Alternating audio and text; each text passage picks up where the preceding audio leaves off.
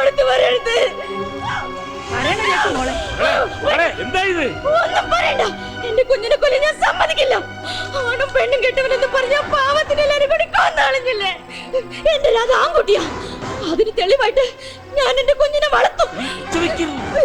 അതിന് തടസ്സം നിന്നാ ഞാനും ഈ കടലിൽ ചടിച്ചാവും. ഓർത്തോ? ഇറങ്ങി വാടോ.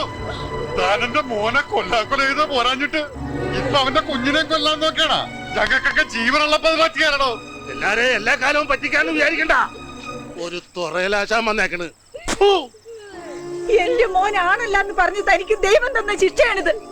തന്റെ ഒടുക്കത്തെ ഒരു പ്രവചനം. ഇനി ഞങ്ങളുടെ മോനെ തിരിച്ചു തരാൻ തനിക്ക് സാധിക്കുമോ? ഇയാളാണ് നാട്ടിൽ നിന്ന് ഓടിക്കേണ്ടത്. ഉള്ള ശകുനി തുറയിലാച്ചാൻ.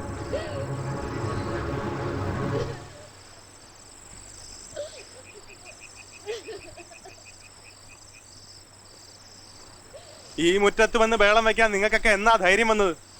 മര്യാദക്ക് പോയില്ലെങ്കിൽ കുമാരന്റെ തനി സ്വഭാവം അറിയുമേ. ഇവിടെ നാണം കെട്ടവന്. നാട്ടിൽ വേറെ പെണ്ണില്ലാഞ്ഞിട്ടാണോ വയറ്റിലുള്ള ഒരു പെണ്ണിന്റെ പുറകെ നീ പിന്നെ നടക്കണത്? നിങ്ങളുടെ മോനെ ഒഴിവാക്കാമെങ്കിൽ വയറ്റിലുള്ളവന്റെ കൊച്ചിനെ ഒഴിവാക്കാനും കുമാരൻ അറിയാം. അതിന് അവളൊന്ന് കാല് തെറ്റി വീണാ മതി.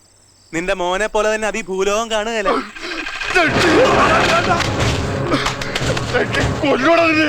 നിന്റെ അച്ഛൻ തീർന്നത് അബദ്ധത്തിലാണെങ്കിൽ ഇത് അറിഞ്ഞോണ്ട് തീർക്കുക ഞാൻ. വേറെ കടുവാ.